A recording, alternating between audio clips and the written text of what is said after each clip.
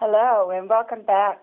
This is part 3 of PB&J's 4-part educational series.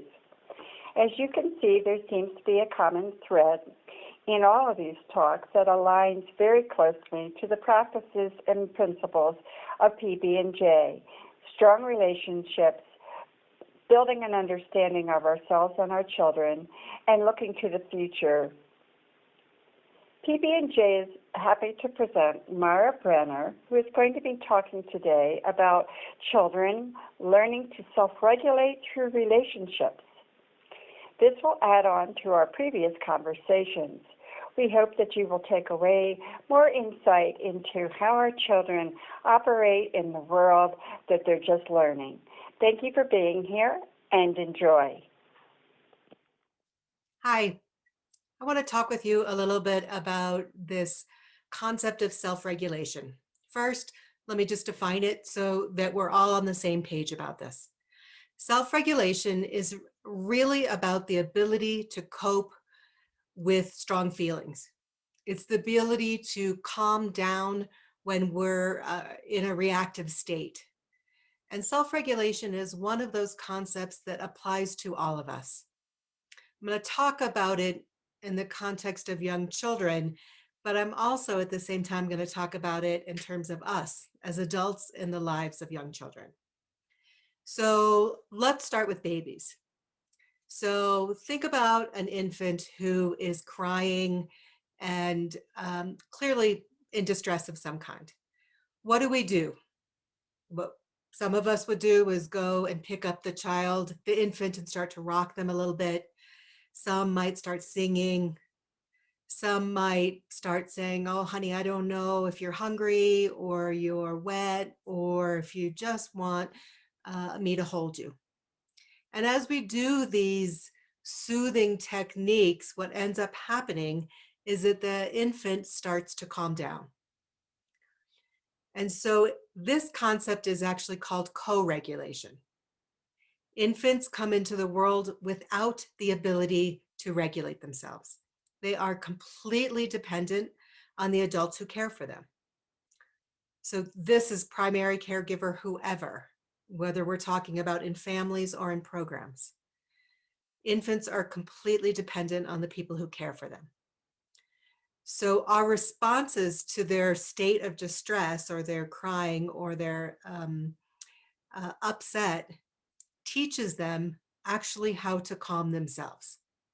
So our responses teach the skills for children to start to be able to, or infants to start to be able to soothe themselves. Some infants, suck their thumb, pull a blankie, hold on to a stuffed animal. And by doing that, they are able to soothe themselves. And so soothing is the same concept as self-regulation. Because infants, again, aren't as developed in other areas, don't have the ability to think through situations like older children or adults.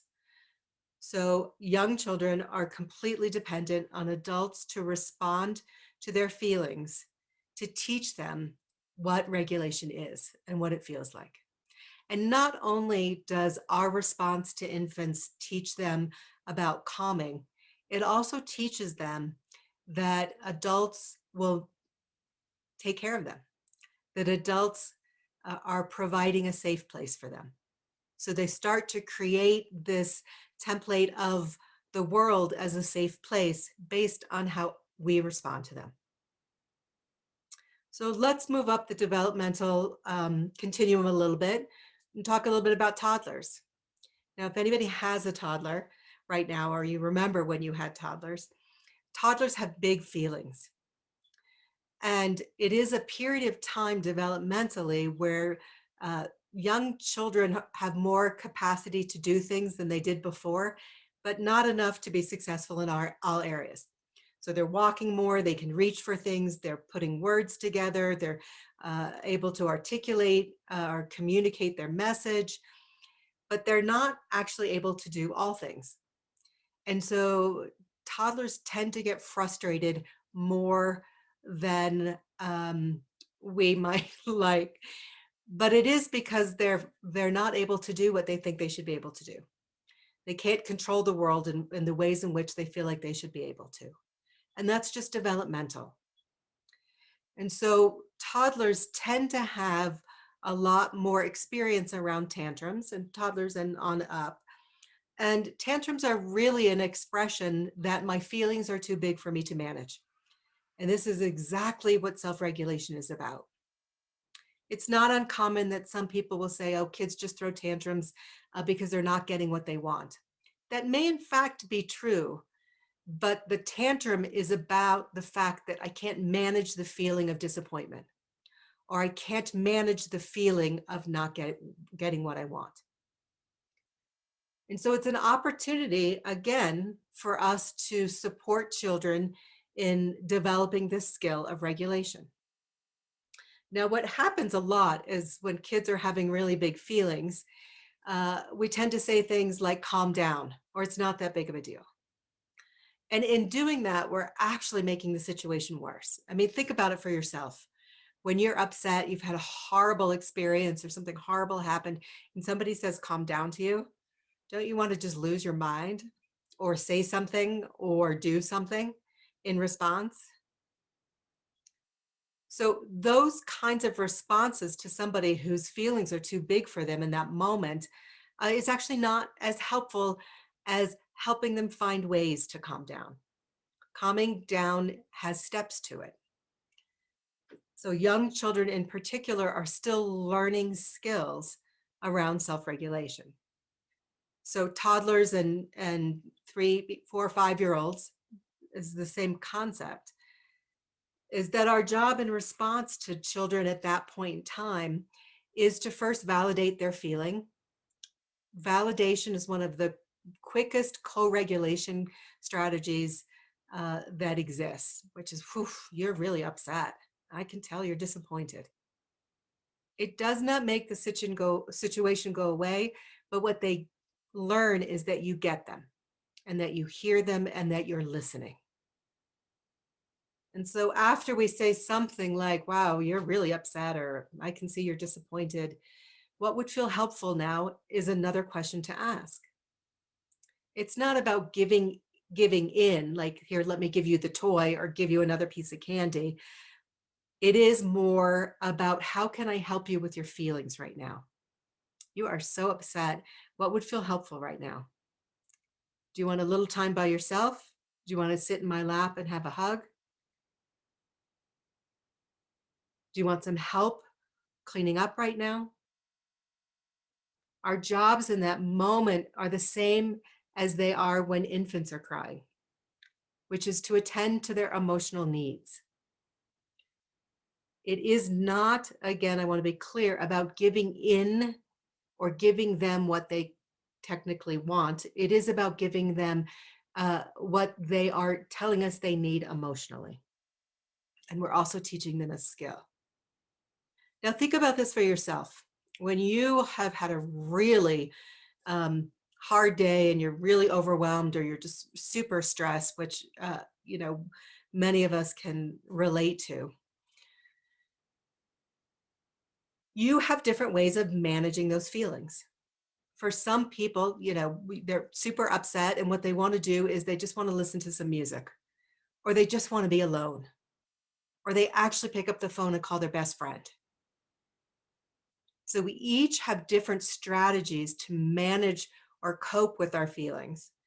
And it's the same concept that I want us to think about teaching young children, is what would be helpful for you now? Would it be helpful to sit with me and have a hug?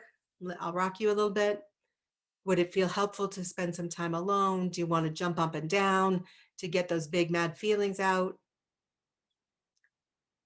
And when we do that with young children, it teaches them as they grow up, there are strategies to manage your feelings. Having the feeling is not the issue. It is how we handle the feeling that matters. So young children, when their feelings get too big for them to manage, they tend to do things like throw things or hit. It's just an impulsive response. For some of us as adults, when we get really upset, we say things we wish we didn't say or regret. Some adults do things that they regret. So it is the same concept, whether we're talking about young children or adults. And as adults, our job is to actually teach this skill to young children. Dr. Dan Siegel, who does a lot of work with children and families, has this hand model of the brain that helps us to understand what's happening in our brains when um, our feelings are too big for us to manage. And I just want to show it to you.